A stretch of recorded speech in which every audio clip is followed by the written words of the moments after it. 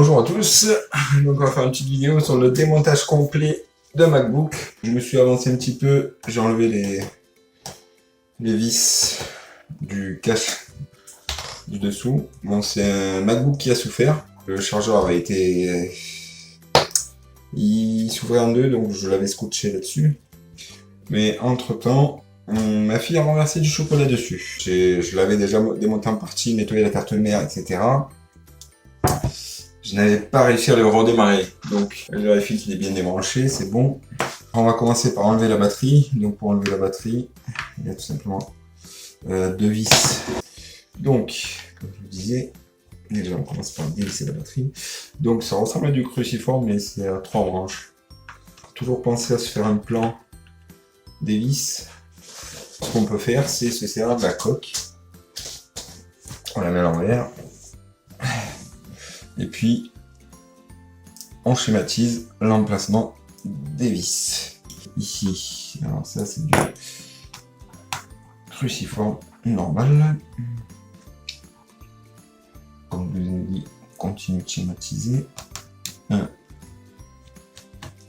2.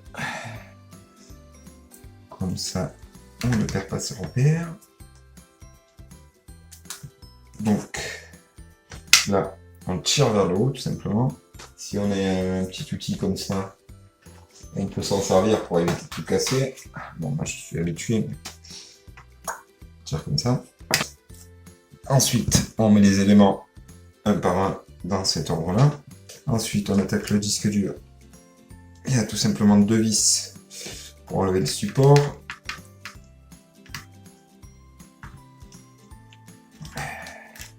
Voilà, une petite barre comme ça. Pareil, on fait un plan à côté du cadre. Alors, je sais pas si on le voit. Non, on voit pas, je vais vous le montrer. Voilà, on fait un plan pour mettre les éléments dans le même ordre. Le disque dur, bon, il suffit de le soulever. Donc, faire attention, il y a une nappe. Donc, on enlève le disque dur, on le met au-dessus. Avec ces supports qu'on va mettre près du disque dur dans le même ordre qu'on a retiré. Parce que sinon après, on risque de plus savoir comment il se mettait. Alors là, ouais, j'ai une nappe qui est abîmée. Jolie. Alors là, si je me rappelle bien, oui, il y a une petite languette pareil. On tire vers le haut et ensuite on prend quelque chose pour faire glisser en dessous et on a enlevé la nappe. Là le but ça va être de relever toutes les nappes et ensuite on va lever le ventilo. Donc là on a de préférence truc en plastique. Donc là on a l'écran.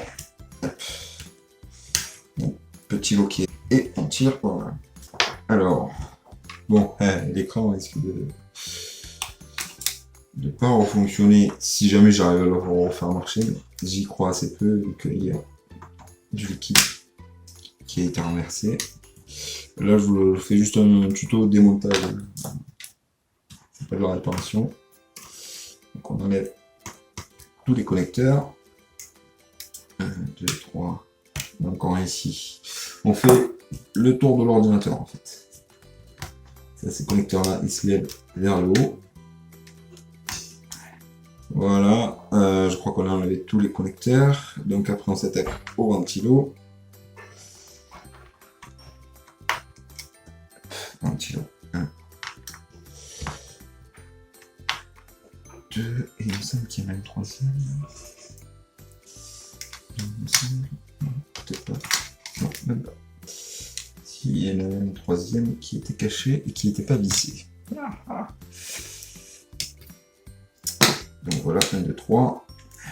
Ensuite, on va enlever cette barre là qui retient la carte mère. Donc c'est du Torx 6.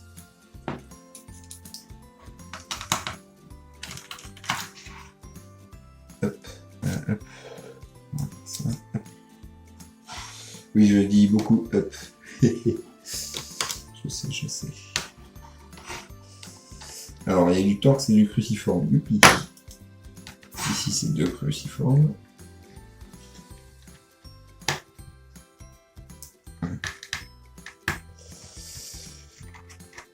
2.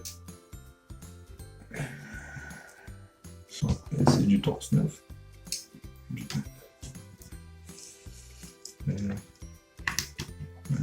Les 4. Donc, alors, ce qui est important, c'est d'avoir toujours un tournevis bien aimanté. Ça vous évitera d'envoyer les vis sur votre carte mère et potentiellement la bousiller. Alors, autre chose qui est important, là je ne le fais pas parce que la carte mère est foutue, mais normalement on doit mettre des bracelets antistatiques reliés à la terre, ce qui permet d'éviter les décharges électrostatiques. Car quand vous rentrez vos mains en contact avec la carte mère, il y a toujours une chance pour qu'il y ait une petite décharge électrique qui se fait entre la carte mère et vos doigts, enfin entre vos doigts et les cartes mères plutôt. Si c'est le cas, ça risque de bousiller votre carte mère. Voilà. Je vois encore des techniciens qui ne le font pas. Et très sincèrement, ceux-là, je leur tape sur les doigts. Parce que, ok, ça arrive peut-être pas souvent, mais il suffit d'une fois. Et vous bousillez le matériel de vos clients. Et ça, c'est pas très sympa. Quand on manipule le matériel d'autrui, on y fait attention. En tout cas, moi, c'est mon point de vue. On ne rigole pas avec le matériel d'autrui. Voilà, on a encore du torse. C'est du 6.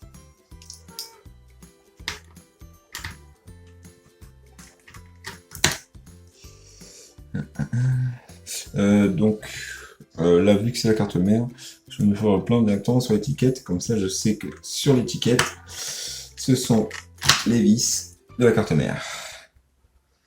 Je me schématise l'emplacement des vis. Comme toujours.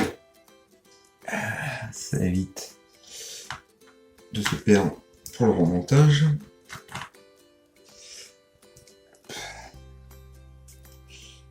On fait le tour de la carte mère et après on va vers l'intérieur.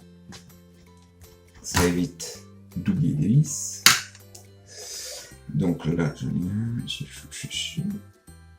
ensuite, délicatement, on va retirer la carte mère. Attention qu'on n'a pas oublié un connecteur. Alors, normalement, ça devrait être bon, je pense. Alors, je m'en souviens qu'il y avait encore un connecteur. Oui, je ne suis pas fou. En plus, c'est le connecteur d'alimentation. Voilà.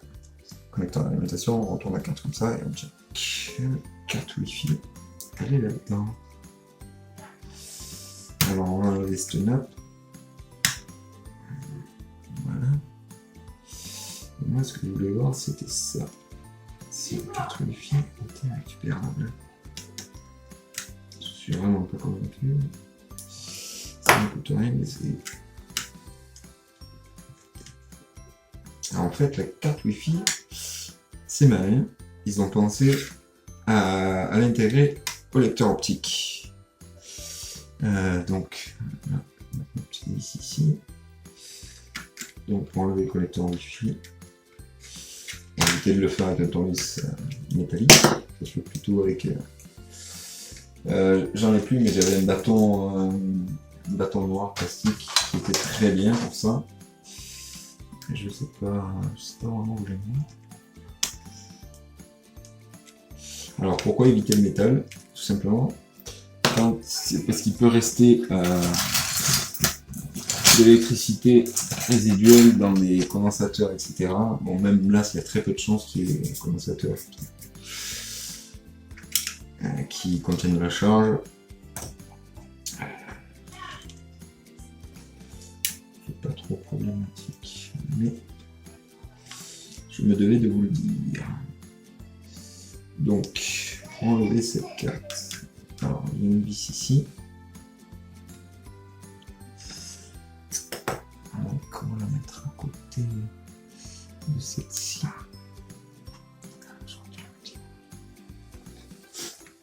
Et ça va se lever. Voilà. Et il y a encore une petite vis ici. Et là, donc, nous avons la carte sans fil. Alors, il y a encore quelque chose qui bloque. Il y a un support en métal.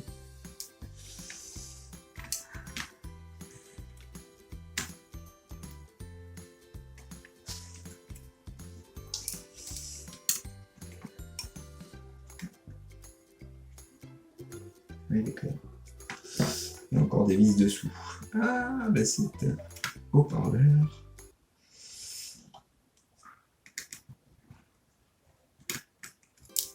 Il y a des vis dessus.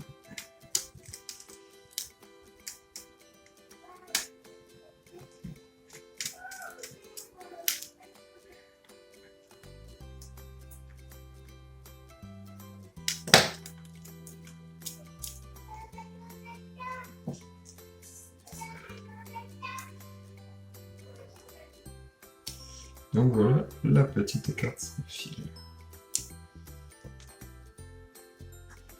Elle est vraiment très très petite.